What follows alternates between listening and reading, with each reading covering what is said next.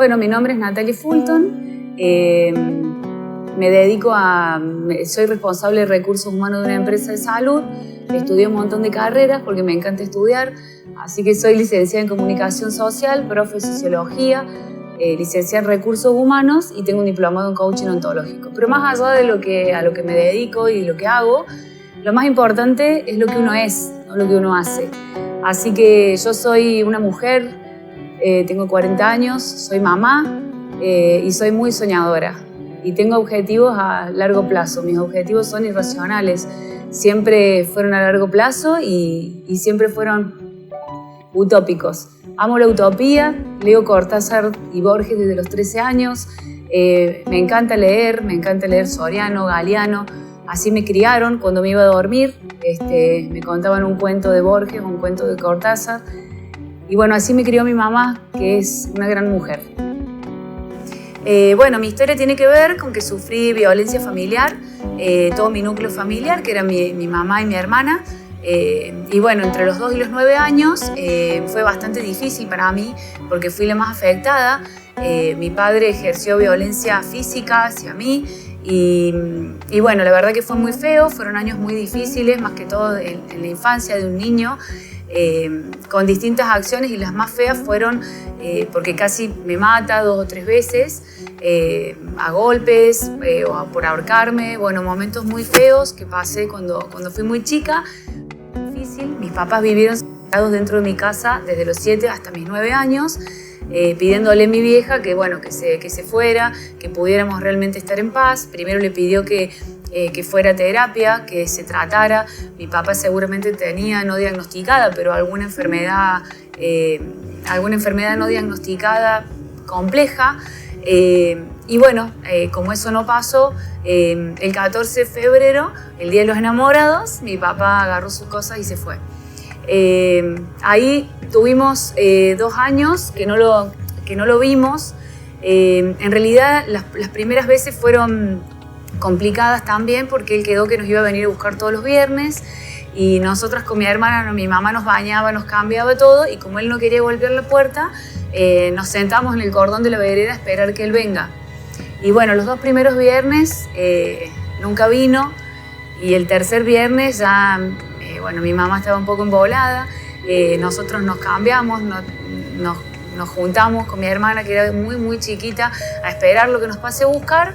Y nos pasó a buscar. Ese día fue y no sabía qué hacer, cómo relacionarse con nosotras. Y nos llevó a tomar un helado a una sopelsa que había en la Plaza de España. Me acuerdo, no me lo voy a olvidar nunca. Y bueno, ¿y qué me pasó ahí? Se me chorreó el helado. Pero bueno, no me pudo pegar porque yo no estaba en mi casa. Así que se tuvo que contener, que yo siempre se me chorrean los helados hasta el día de hoy. Y bueno, y fue una situación fea también, porque era difícil relacionarse con él, era muy complejo. Bueno, ese fue el último día que lo vimos, nunca más nos fue a buscar, lo esperamos muchos viernes y nunca más fue.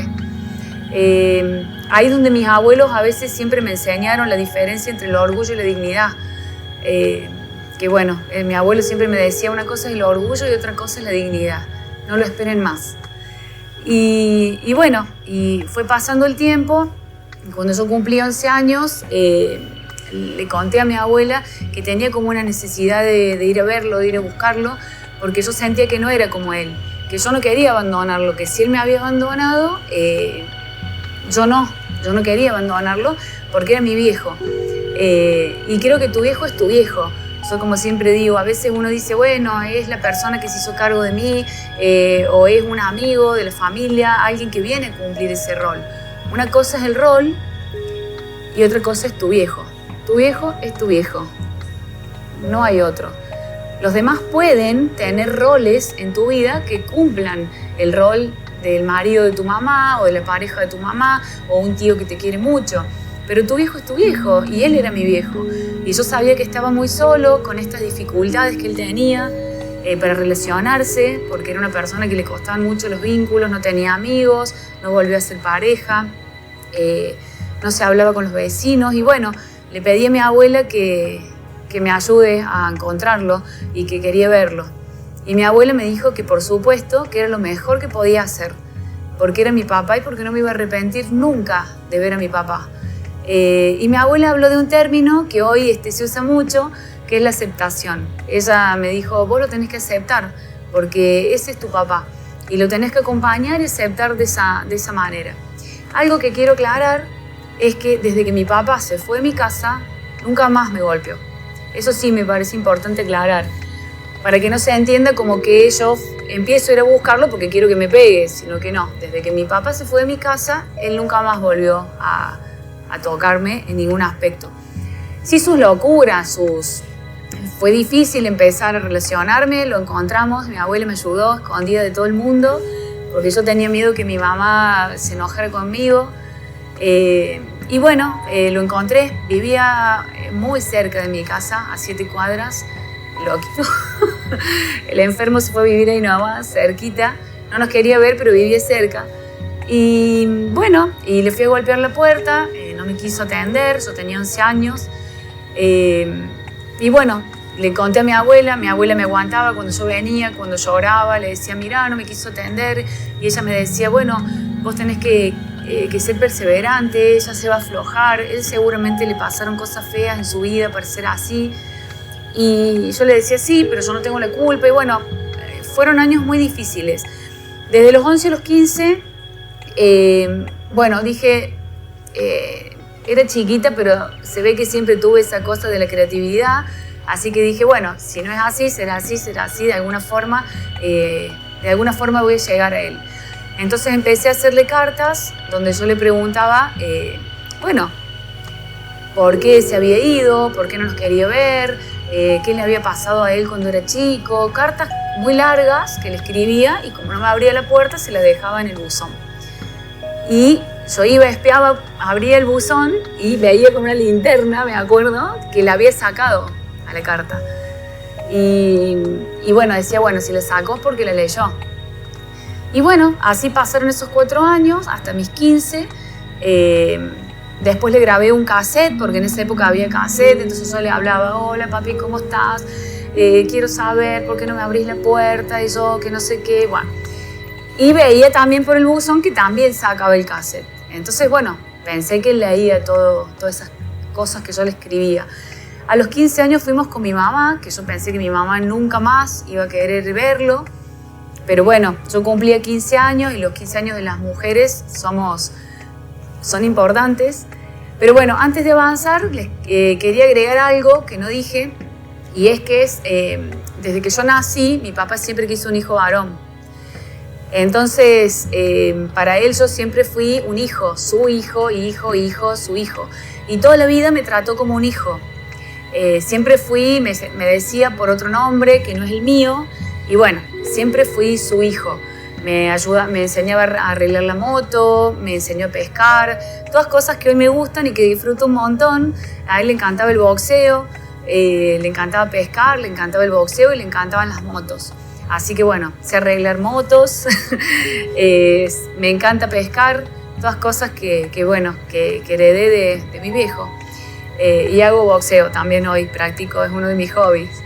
Pero bueno, es obvio porque es lo que, bueno, lo heredé.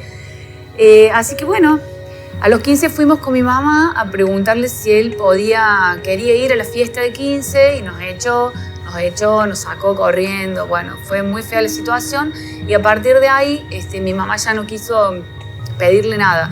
Él nunca nos ayudó ni económicamente ni afectivamente. No solamente no nos veía, sino que tampoco nos ayudó económicamente.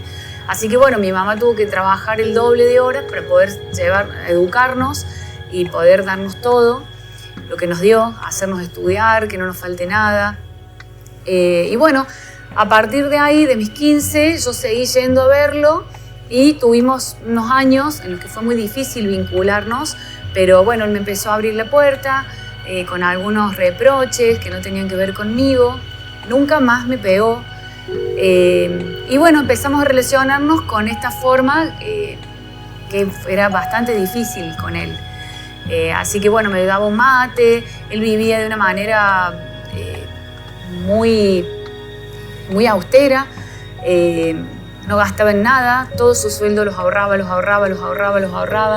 Se vestía con el uniforme del trabajo. tenía 1000 uniformes que le daban y él usaba siempre el mismo, viejo, sucio, roto, y tenía bolsas enteras de uniformes nuevos. Que eso es lo único que tengo de recuerdo de él, que todavía los tengo guardados ahí. Y bueno, así fue pasando nuestra relación esos años, hasta que un día fui y había una bici y él me dijo que esa bici me la había comprado para mí. Y me la dio y yo estaba muy feliz, yo tenía 18 en ese momento. Y digo, qué bueno que pensó en mí. Me llevé la bici, cuando llegué a mi casa se me armó un lío con mi mamá y con mi hermana.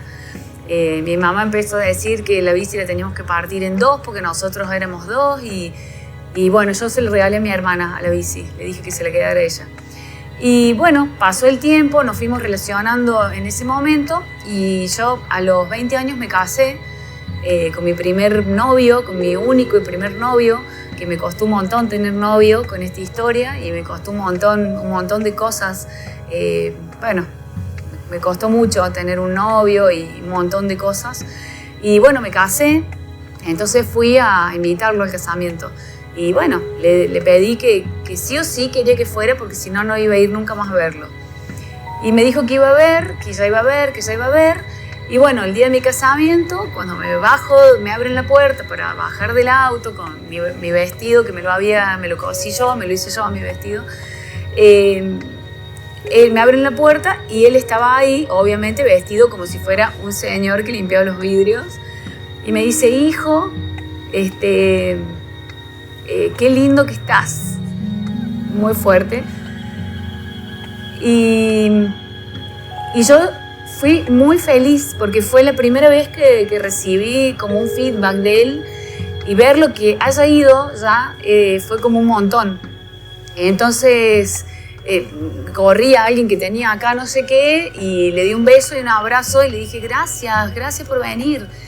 Bueno, después entré a la iglesia y después de la salida todo el mundo me preguntaba que si era el señor que abría la iglesia porque él se quedó en la puerta afuera y se fue primero que todo el mundo y bueno, no lo vi, no lo pude ver.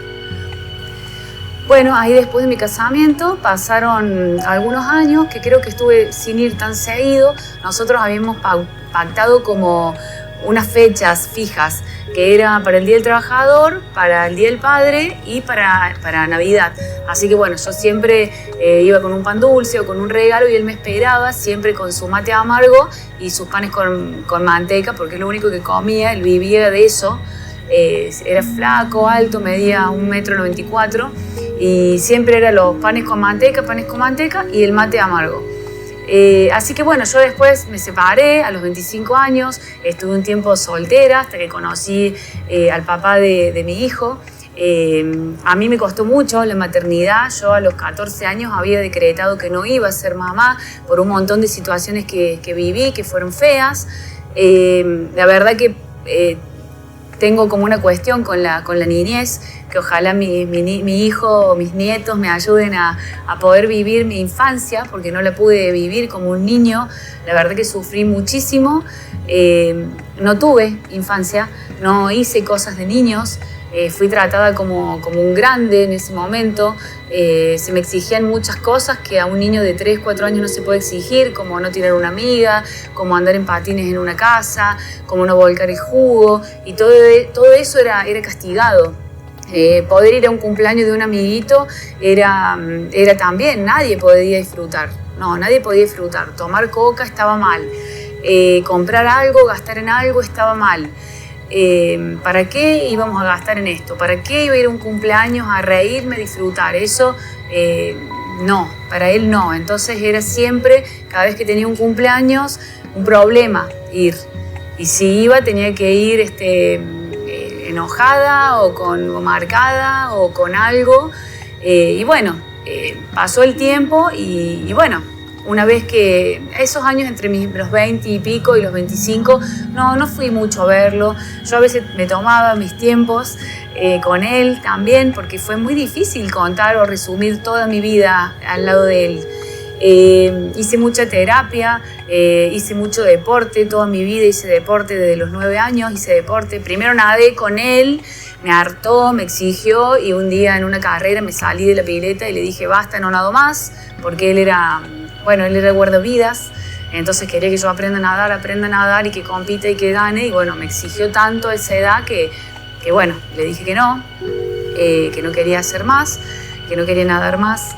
Y bueno, cuando conozco al padre de mi nene, quedo embarazada. Para mí fue muy difícil, porque es muy difícil la maternidad para mí, porque yo no quería tener hijos y perdí a mi matrimonio anterior porque él quería tener y yo le había dicho, he avisado que yo no iba a tener bebés y tampoco quería arruinarle la vida a él, que le gustaban mucho los niños.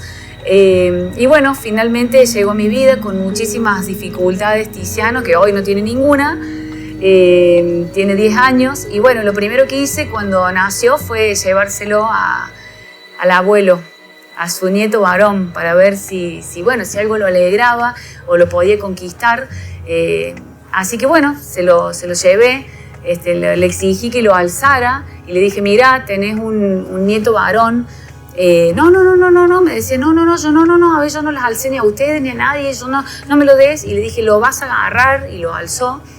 Y bueno, estaba súper contento de tener un nieto varón. Así que bueno, después se lo empecé a llevar y no quería que lo baje del auto, lo salía él a mirarlo, lo miraba. Bueno, déjalo ahí, no lo despertes, déjalo ahí. Y bajaba el vidrio y lo veía el bebé en la sillita. Y bueno, así que cada vez que pasaba para mi barrio, que como él vivía ahí, pasaba, le tocaba bocina y él bajaba y lo miraba ahí, desde ahí. Y bueno, la primera vez que me llamó por teléfono en toda mi vida fue ahí, cuando nació el nene, porque no se acordaba cómo era el nombre, entonces me llama de un número que yo le había dado hace como 20 años para que me llamara un celular, le había dejado que no lo usó nunca.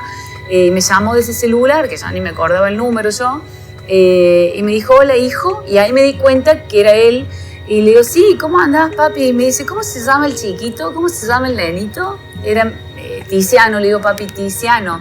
Ah, dice, había entendido mal, pensé que era Santino. Espera que voy a escribir. Entonces lo escribió en un papelito con S, y es Tiziano con Z, y ese papelito lo encontré cuando él se murió, cuando fuimos a sacar las cosas, el papelito, porque no le salía el nombre.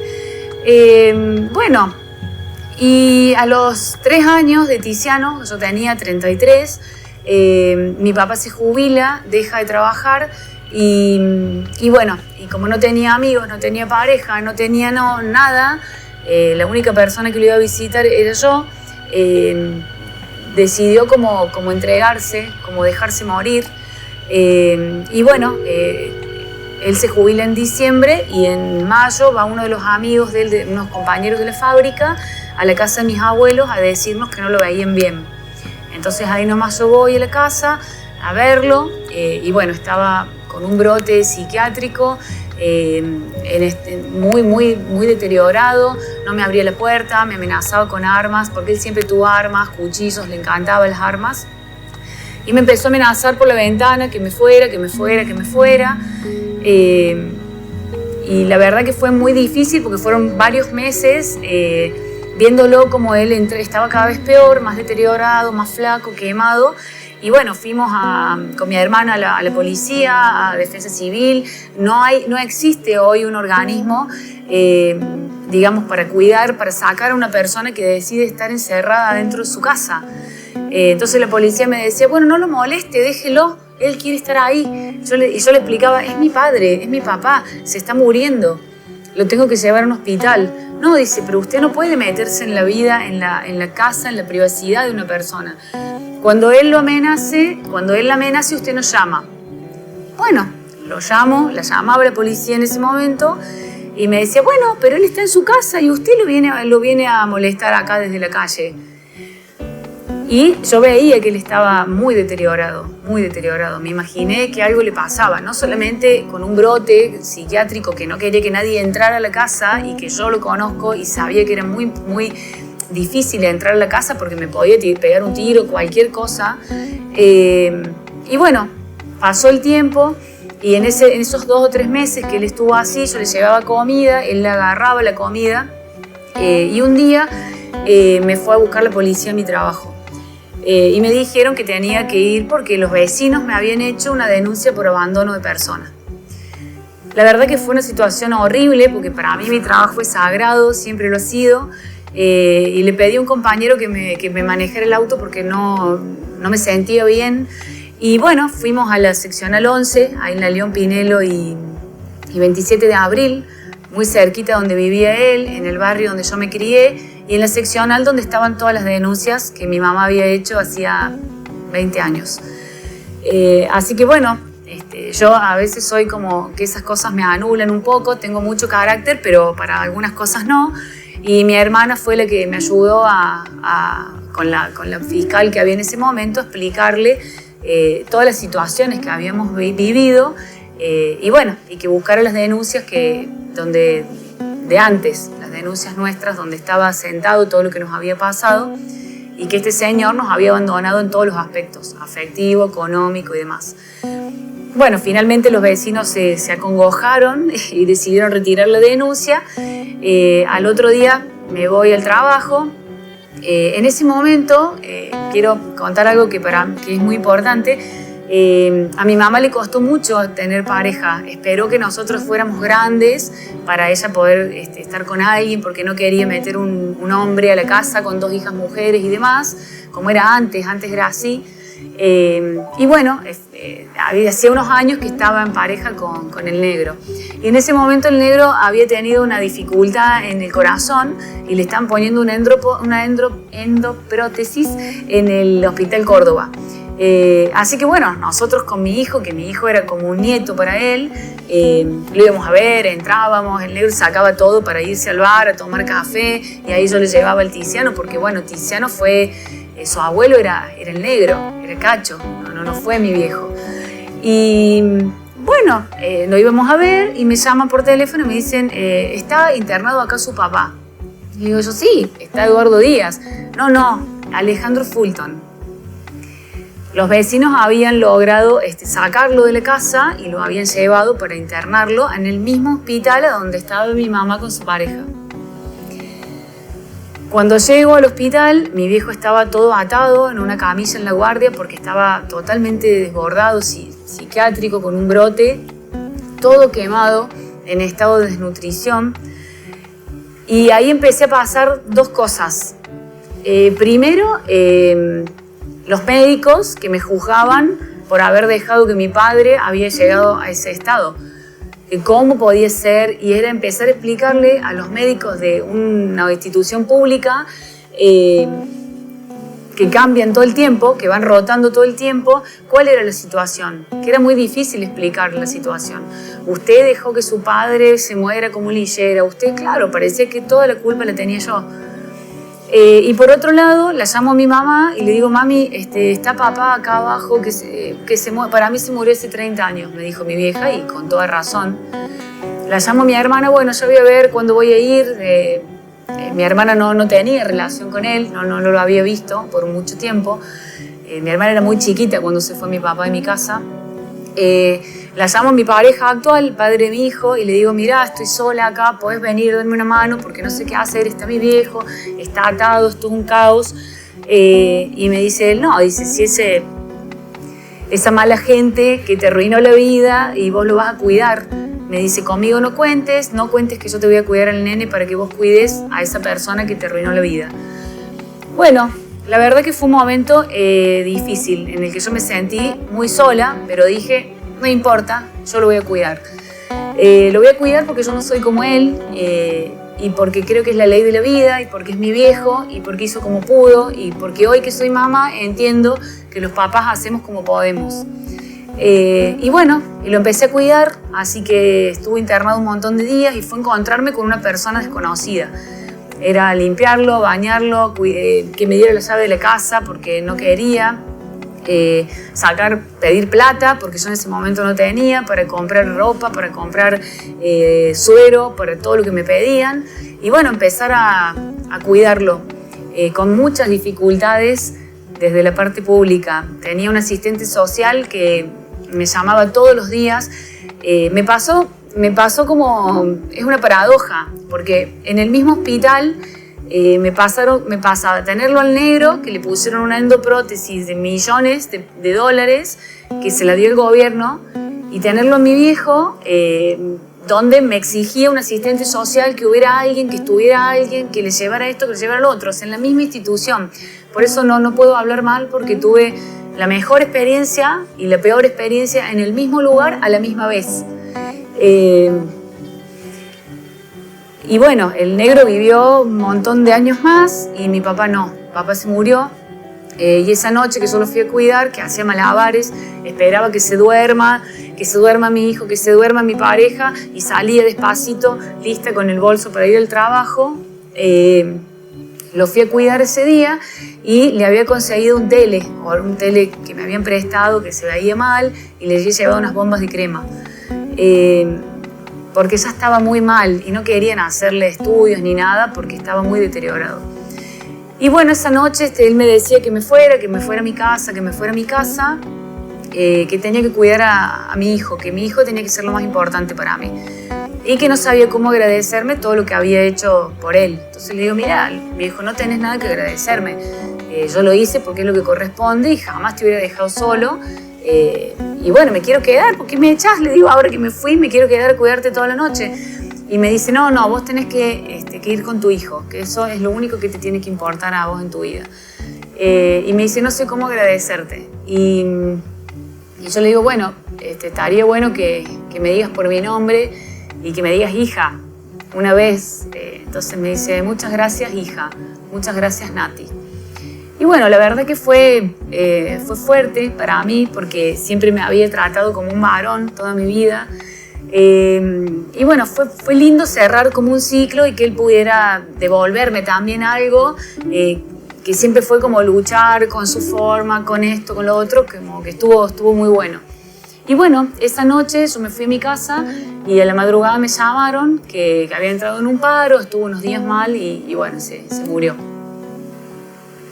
Bueno, cuando él se muere, para mí fue un momento bisagra porque sentí que fue un fin de un ciclo, que me dio mucha paz de haber podido dar de mí algo sin esperar nada a cambio. Creo que a veces uno todo el tiempo está esperando, y el hecho de dar sin esperar nada a cambio, creo que fue un aprendizaje toda mi vida con él. Y bueno, al otro día ahí mi mamá me apoyó, me ayudó, porque bueno, es difícil el tema del entierro y demás. Estuvo conmigo, creo que ya era porque ya estaba muerto, así que mi vieja no tuvo drama porque ya se había muerto, me imagino que fue por eso. Yo me río, yo lo conté súper sobria, pero yo me río de todo esto. Hoy me hago un poco más la seria, pero no soy tan seria. Hubiera metido un montón de chistes, pero bueno, no da. Son muy ácidos. Y bueno, en el entierro empezaron a llegar todos sus compañeros de la fábrica, con el uniforme de la fábrica, con una corona, y habían juntado plata porque sabían que bueno, que todo tenía un costo, que habíamos gastado un montón, que había que hacer una placa y demás, y buscaban al hijo de Fulton, Y bueno, yo tenía uno con el que es Carlos, que era con el que por ahí más algunos contactos tenía, y le digo, Carlos, vos sabés que soy yo, que no hay ningún hijo acá, que el hijo soy yo. Bueno, dice, pero ¿cómo le vamos a explicar a esta gente? Y le vamos a explicar porque tienen que saber. Y bueno, ahí en el velorio, que estábamos solos, no había más personas, todos se juntaron y bueno, yo les dije que era yo la hija. Y bueno, y ellos me empezaron a contar cosas fantásticas que él decía de mí, que yo era lindo, que había estudiado un montón, que nos quería, que tenía un nieto, que yo me había recibido, que me iba bien el trabajo. Bueno, fue fantástico saber todo lo que él no me demostró nunca a mí, que le contaba a otros de mí, de su nieto. Y bueno, me contaron que mi viejo puso un árbol con el nombre de nosotros, mal, pero bueno, el árbol, lo simbólico al fin, y que lo retaban porque claro, el árbol había empezado a crecer, era un palo borracho en el medio de una fábrica, y que hoy está porque todos piden, como mi viejo laburó muchos años ahí, que lo dejen al árbol. Así que está mi nombre mal. en otro género el nombre de mi hijo con S y bueno, y su nombre. Así que bueno, fue fuerte saber todo lo que él nos quería y que nunca lo pudo demostrar. Así que ese es uno de mis mensajes. No se guarden cosas. Demuestren todo en vida, o sea, no se guarden, no esperen para mañana lo que pueden hacer hoy. Parece una frase súper trillada, pero está fantástico que uno pueda disfrutar y hacer lo que uno siente, porque después es tarde.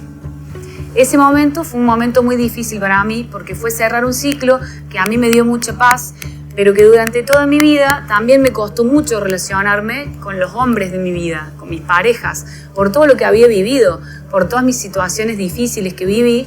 Me costó mucho poder sostener, digamos, una pareja a lo largo del tiempo. Me costaron muchas cosas. Bueno, mi psicóloga dice que sí pude sostener porque estuve un montón de años, pero bueno, para mí sostener hubiera sido quedarme toda la vida con alguien. Me costó mucho este ciclo de mi vida, si bien fue un cierre, me costó mucho y me dio mucha paz. Y yo en ese momento decidí que iba a enterrar la violencia en todas sus formas, física, verbal y también la indiferencia. Así que también me separé del padre de mi hijo, porque decidí que nunca más, en los años que viviera, un hombre iba a ejercer la violencia en ningún aspecto en mi vida. Y creo que la indiferencia, que hoy pasa mucho en los trabajos, y lo verbal, que pasa mucho, que a veces la violencia verbal uno la deja, es como algo más liviano, es muy feo y que también es violencia. Entonces decidí enterrarlos a los dos. Me separé y enterré a mi papá y me separé del padre de mi hijo. Así que bueno, mi mensaje es que más allá de todas las dificultades que uno tenga en su vida, uno puede elegir. Yo siempre digo, uno tiene la decisión de poder ir por acá o por 1000 caminos en el medio. Y yo elegí, creo, los mejores caminos en mi vida. Decidí ser una buena persona, decidí estudiar, decidí progresar, decidí trabajar, no depender de nadie, decidí estar constantemente en proyectos, en nuevas cosas. Creo que nada nos frena, es el camino que uno elige. Te pueden pasar 1000 cosas, como la mía, u otras cosas peores quizás, y muchas realidades de muchísimas personas que viven momentos muy difíciles. Pero lo importante es cómo uno sigue, cómo uno avanza, cómo uno elige y decide seguir. Y yo elegí este camino y estoy muy contenta de estar en este proyecto y de verme cómo pude transcurrir toda mi vida con esa dificultad, con ese problema desde muy chica y haber logrado todo lo que logré. Yo creo que es una cuestión de elección y de decisión, ¿sí? Es muy fácil caer en la droga, caer en el alcohol, otras alternativas mucho más fáciles y cercanas que tenemos todos a nuestra disposición para evadir, para no enfrentar lo que nos pasa. Y también es mucho más fácil decir, si él me abandonó, yo también lo abandono. Y me parece que no viene por ahí el tema, que viene por decir, yo soy distinta, yo quiero otra cosa, yo voy por la vida desde otro lugar, que es ¿no? Que es esta persona que soy, que agradezco profundamente a mis abuelos maternos, que fueron unos grandes, un gran apoyo, una gran contención que tuve toda mi vida, mis abuelos maternos y mi mamá. Así que bueno, mi mensaje es que hoy se habla mucho de desigualdad política, desigualdad social, pero creo que todos tenemos los mismos derechos, tanto de un lado, del otro, o con un color o con otro color.